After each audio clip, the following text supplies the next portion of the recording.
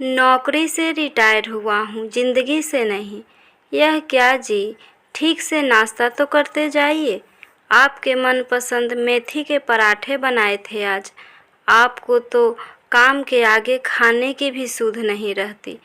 पत्नी आशा जी अपने पति रामाशंकर जी को टिफिन पकड़ाते हुए बोली, मैंने खा तो लिया है, आपके नाश्ते के चक्कर में कहीं मैं लेट ना हो जाऊं। आज मेरी ज़रूरी मीटिंग है। गाड़ी में बैठते हुए बोले रमाशंकर जी। एक सरकारी विभाग में अधिकारी रमाशंकर जी और उनकी पत्नी आशा जी का एक बेटी और 2 बेटों का सुखी परिवार है। तीनों बच्चों की शादी हो चुकी है। बेटी अंतरा अपने पति के साथ दूसरे शहर में रहती है। बड़ा बेटा अशोक इंजीनियरिंग की परीक्षा पास कर एक प्राइवेट कंपनी में जॉब कर रहा है। छोटे बेटे आनंद का मन पढ़ाई में थोड़ा कम लगता था।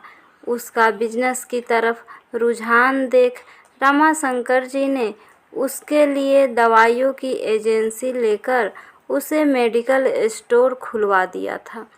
इस उम्र में भी उनमें काम करने का इतना जोश है कि ऑफिस से आकर अक्सर मेडिकल स्टोर चले जाते हैं।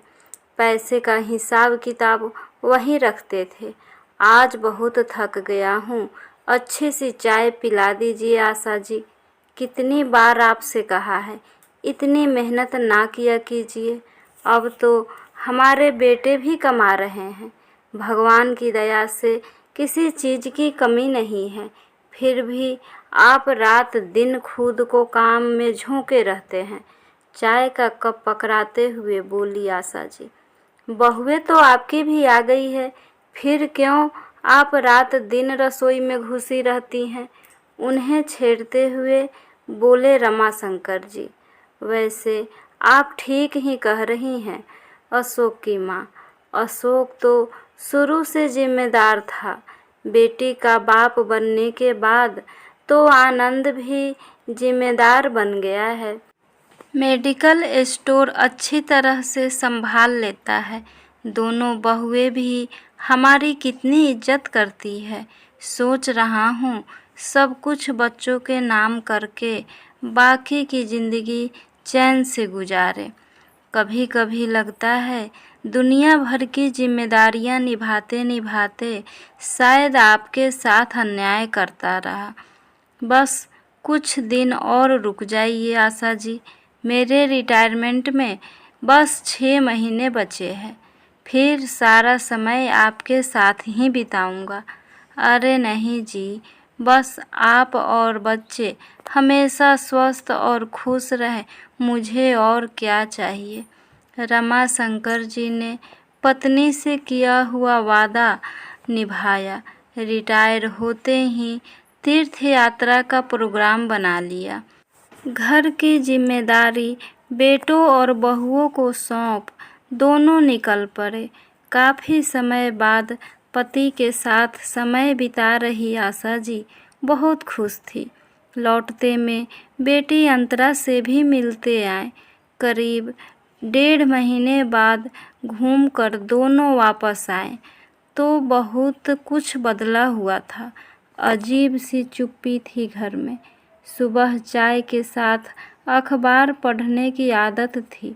ना ही चाय मिली थी, ना अखबार कहीं दिखाई दे रहा था। पोते को आवाज़ लगाई तो ओ पापा जी, अखबार ये पढ़ रहे हैं, उनको ऑफिस जाना है, आप तो घर में ही रहेंगे, बाद में पढ़ लेना। जवाब बड़ी बहू कविता ने दिया। आशा जी, इतनी देर हो गई, चाय नहीं मिली। आपको तो पता है मैं सुबह की चाय अखबार पढ़ते हुए पीता हूँ। ज़रा सब्र रखिए अशोक के पापा जी। अभी बहू बच्चों का टिफ़िन बना रही है। उन्हें स्कूल के लिए देर हो जाएगी। 9:30 बजे के बाद चाय और नाश्ता इकट्ठा ही मिला।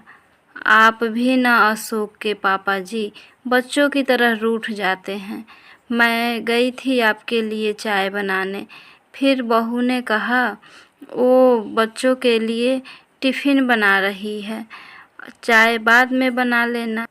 कोई बात नहीं, अब दोनों बेटे अपने अपने काम पर चले गए हैं। हम दोनों बूढ़े बुढ़िया आराम से बैठकर नाश्ता करेंगे। अभी तक तो आपने कभी मेरे साथ नाश्ता किया ही नहीं। उनका मूड ठीक करने की कोशिश करने लगी। आशा जी बोली, ये क्या कविता, तुम्हें पता तो है तुम्हारे पापा जी बैगन नहीं खाते। बच्चों को पिज़्ज़ा खाना था, घर में बैगन ही थे, सो बना दिए। आप पापा जी को दाल दे दीजिए, अचार और चटनी भी तो है।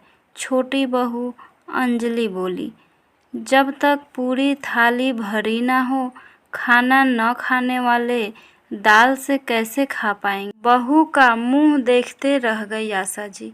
आप जाइए माँ, राधा सब कर लेगी, उससे ज़्यादा टोका टाकी मत करना, नहीं तो भाग जाएगी, कहकर उन्हें रसोई में भी नहीं जाने देती। आजकल दोनों नहीं तो वह खुद उनके लिए कुछ बना देती, लेकिन क्या करे, तुमने मेडिकल स्टोर का हिसाब किताब ही नहीं बताया। सोच रहा हूँ कल से आ जाऊँ मैं भी। आनंद को सामने देख पूछ बैठे, आप आकर क्या करोगे पापा? घर में आराम करिए।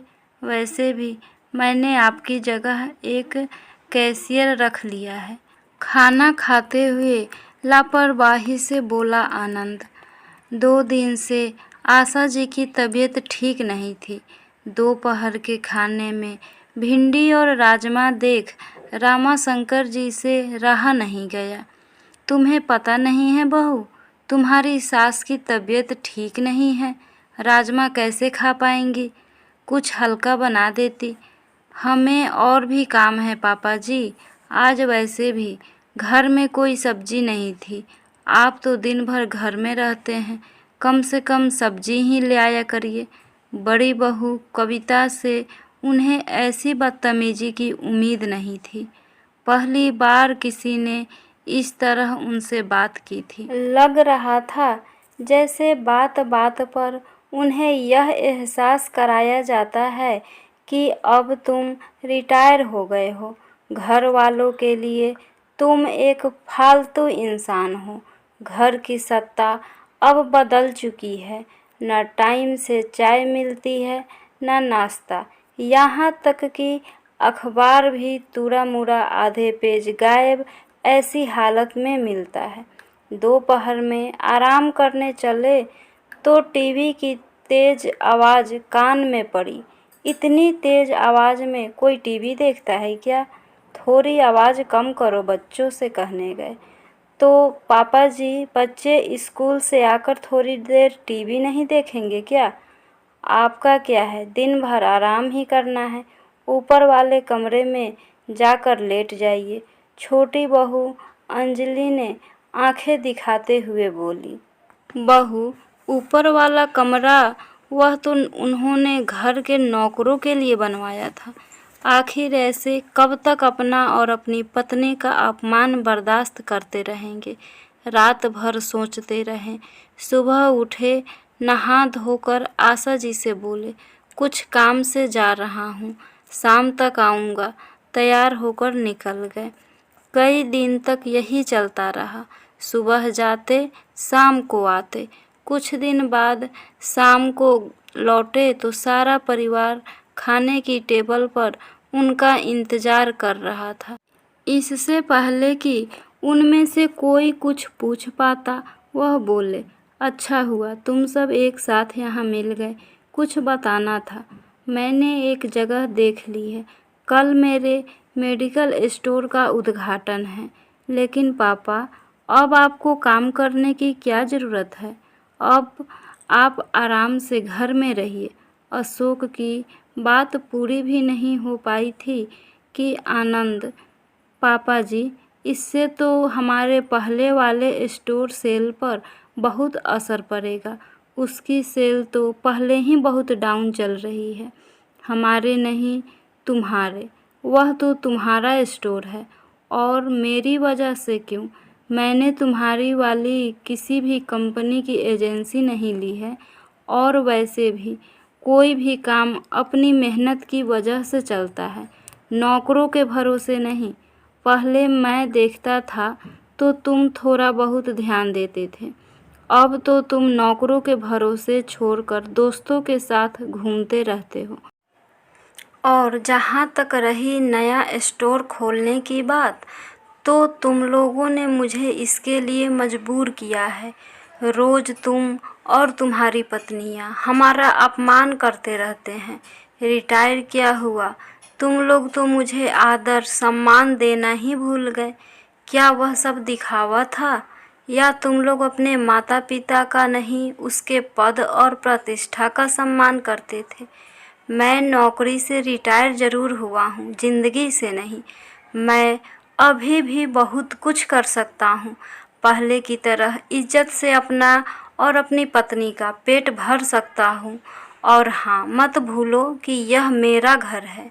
हम दोनों आज भी यहाँ के मालिक हैं। कल से हमारी नई नौकरानी आ जाएगी।